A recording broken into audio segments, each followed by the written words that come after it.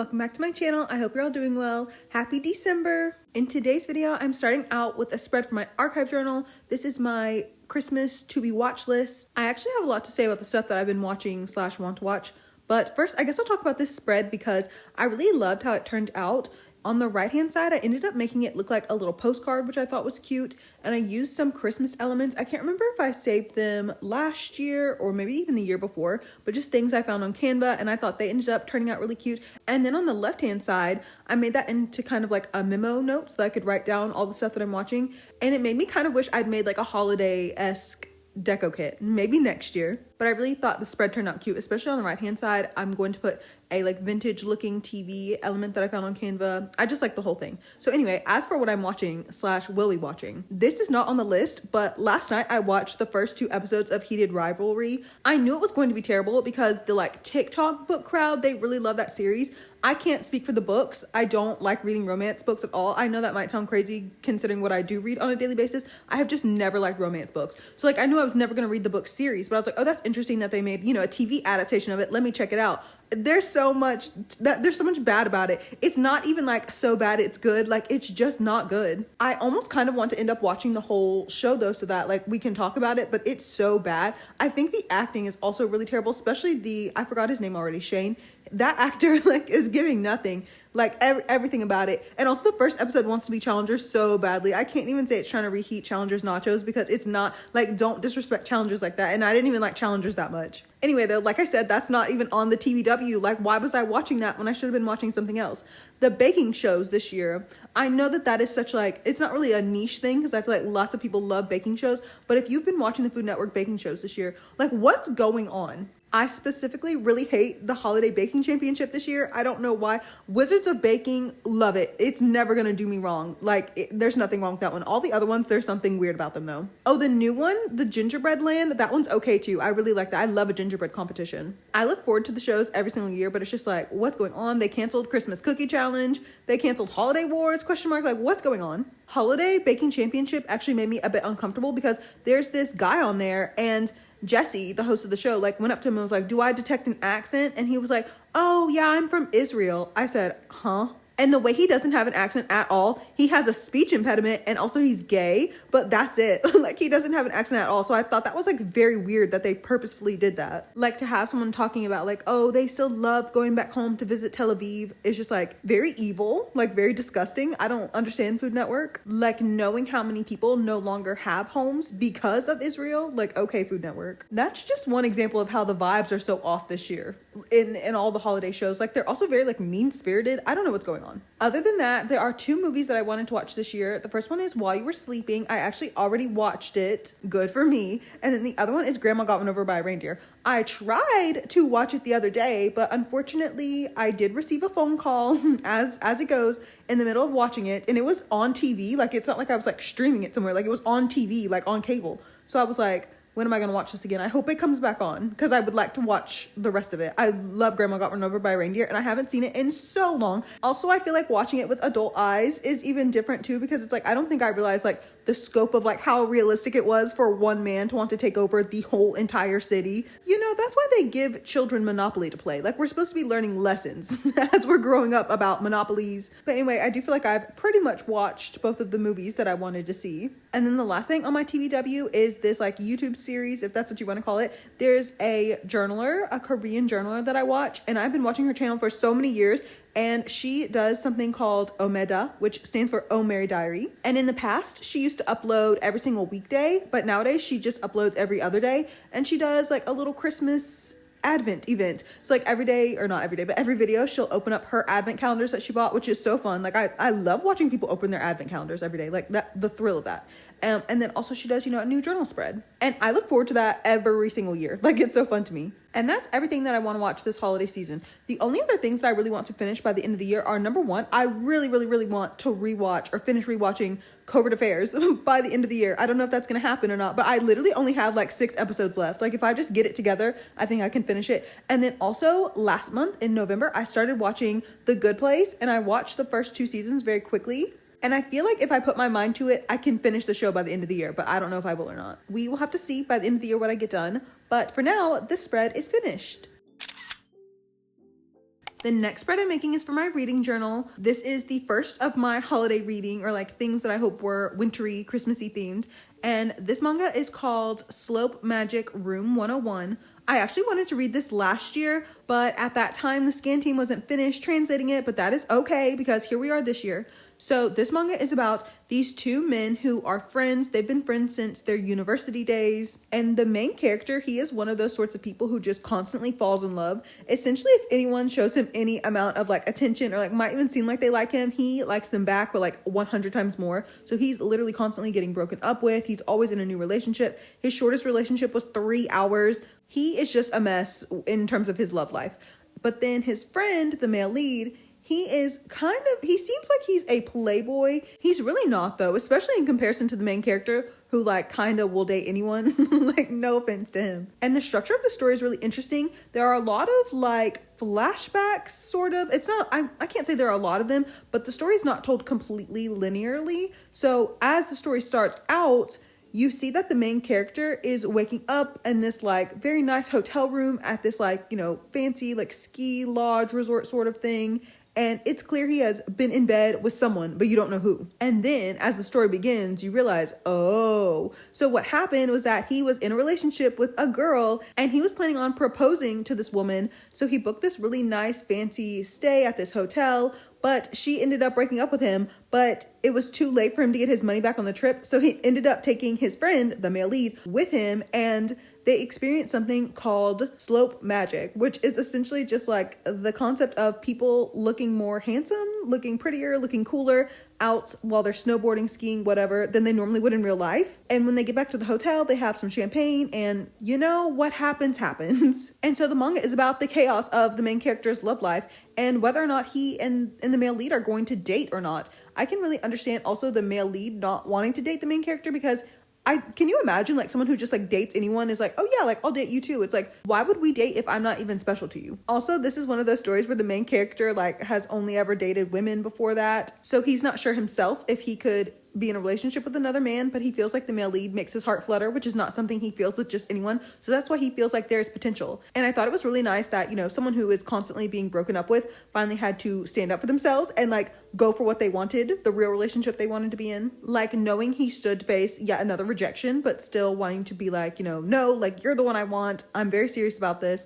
I thought that was nice. Also, the characters were all really funny. There were some like side characters, some of their friends too. They were like kind of in like a, not a big friend group together, you know, a little friend group. And I liked the art as well. I thought it was drawn really nicely. In terms of like Christmassy vibes, I would say there are none, but this is kind of centered around the fact that like they went on this like snowboarding trip together and that's like kind of where they fell in love. But the actual story itself is not like super duper wintry or anything, but I still felt like it was appropriate to read at this time of year. It's funny because at the end of the manga, like they're definitely in short sleeve shirts, sandals, but I feel like this would not have felt right reading it if it was like summertime or even like in the fall. I think it would have felt a bit strange just because it is centered around this one trip they took to the mountains into the snow like that. And I would definitely read anything else that this mangaka has written because even though, unfortunately, this probably will be one of those manga that I forget that I read, I still had a fun time reading it. Like, I thought it was well done. Honestly, if there's one complaint that I had, it's that the ending felt so abrupt. I would have liked to have gotten, like, at least, like, a couple of scenes of them, like, seeming more like a couple, I guess. I mean, they're already friends, so I can imagine that, like, not that much would change, but I would have liked to have seen just like a little something because they already didn't spend that much time with each other alone in the manga. Like I feel like there were always people around in their scenes. There's a scene where one character gets sick, which I love. I love one character coming to take care of another one. And I thought that was like so nice to see them together like that. I would have liked more like tender, like relationship sort of moments, I guess. But that's it. Like I felt like it ended a bit abruptly. Other than that, I thought it was fun. The last spread for today's video is also for my reading journal, and this one is about the thing I was probably the most excited to read this holiday season, and that is 10 things I want to do before I turn 40. You may or may not remember, but last year, at the end of the year, I made a spread for manga that I was excited to read in the year 2025 that were being officially published, and this title was one of those on my list. So I have been waiting literally all year to read this, and the reason is because in this story, the main character, his birthday is on Christmas Eve. So you know me, of course I had to wait until it was seasonally appropriate to read it. As the title of the manga suggests, The main character has a list of things he wants to do before he turns 40. He is a like manager level man at like an office. He's a very hard worker. His life is pretty much okay. It's just boring and lonely. And so he decides he's going to make this bucket list of things he wants to do before he turns 40. But he's making this list literally 3 months before he turns 40. And he's working on it while he's at work one day. And one of his employees, who is 10 years younger than him, yes, 10 years younger than him, he happens to oversee him making this list, and he's like, I'll help you with this. And there are some fairly normal things on the list, like he wants to try this one parfait and he wants to discover his own personal style. But there are also things on the list like get a lover. And his employee, he's like, yeah, I pretty much clocked that you're gay and I'm gay too, so I'm fine with this. Let's do this. Let's complete your list. I actually feel like the age gap is the least worrisome thing about their relationship. Oh wait, I said 10 years. It's 11 years then, because he's turning 40. And okay, so it's an 11-year age gap. But their main problem is the fact that, to me anyway, is the fact that they're coworkers. Specifically, like, that's his boss, like, technically. And, you know, they don't want anyone to find out at work that they're gay, let alone seeing each other. Like, that was way more nerve-wracking to me than the fact that they had an 11-year age gap.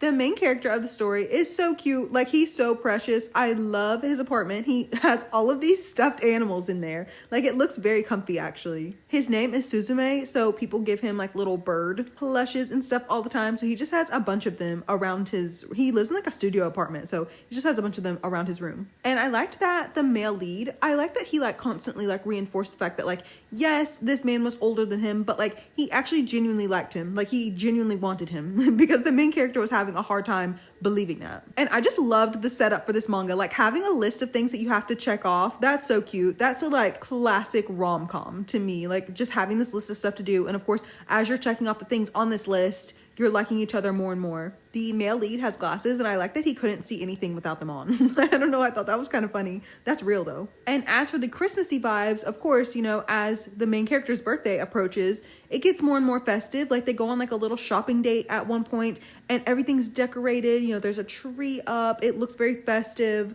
I feel like the mall at Christmas time is kind of the like peak of holiday vibes anyway. So even though it's not like the entirety of the story is Christmassy, I feel like the scenes that are definitely worth it. And it kind of ends on the main character's birthday, which again is Christmas Eve. And it did have that like rom-com feeling of like, you know, when two people like they've broken up or whatever happens to them and like they rush to meet each other at the end. Like, it had that sort of scene as well. I also read 2 like little one-shots that are connected to it that were not part of the actual official published volume, but one I think was for the CD. And then I think the other extra was for like, apparently this is a drama, got made into a drama. And I think it was like to commemorate the drama airing.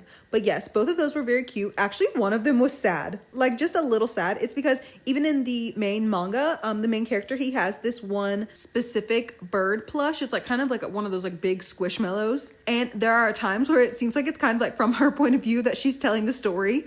But definitely in the extra, she was telling the story, and it was just kind of sad. Like, don't forget about her just because you're in a relationship. But she was so happy to see Suzume happy. That was so cute. It made me think about like, what do my stuffed animals think about me? Oh, I forgot to say, this is technically volume 1. This series is ongoing. I think Manga Update said there are 3 volumes right now. So there's definitely more of the story to come. I'm excited to read about them. I doubt they will also be Christmassy in theme, but it would actually be really fun if they were seasonal. I would like that. But in general, I thought this was so cute. I love the concept of having a list, a little bucket list of them going on a whole bunch of dates. Essentially, there was a good amount of angst, and I feel like the angst made sense. It was like grounded in realism, you know, being scared about people finding out about them, him being like, I'm old. I liked the mutual pining. I liked that the male lead made it very clear that he liked the main character. Yes, definitely this was a really cute manga, and I will absolutely be reading the sequels. I think it would be good to get to know more about the male lead as well. But now that this spread is finished, we can go put all the spreads that I made today into my digital journals.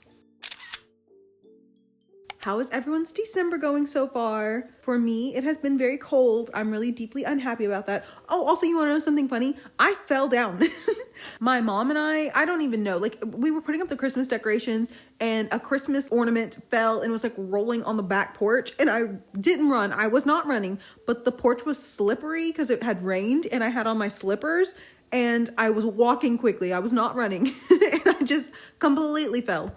I don't even know if I have bruises or not. I never checked, but I'm finally feeling a lot better because I honestly could not even like lie on my left side or anything. So that's what's happened to me so far. Oh, also I did make some spreads, of course, other than the ones in this video. I made my December calendar as well as my December TBR. I knew all of my audiobook holds would come in at one time from the library, and that's exactly what happened. I knew I would be unfortunate in that way, and so I'm gonna be kind of scrambling to listen to them. And all of the books that I put on hold have like really long wait, so it's not like I can just check them back out again either. Oh, that's so annoying. What other things have annoyed me and made me feel grinchy so far this year? Oh, I emailed animal control about my neighbor who has started a feral cat colony. They haven't emailed me back. Like, oh, okay, cool. I'm currently sitting here with my Christmas tree on, so I do hope during the recording of this you felt like the warm glow of the lights. That was really the vibe that I wanted for you to feel. So thank you so much for watching today's video. Everything I used in today's spreads will be in my Pinterest board. The link to that is in the description box, along with the links to all of my other social media accounts, as well as the links to all of the Google Drive folders for all of my journal deco kits. If you have any questions, please let me know and I'll do my best to answer them. I hope that you continue to have a holly jolly December, and I'll see you in the next one. Bye everyone!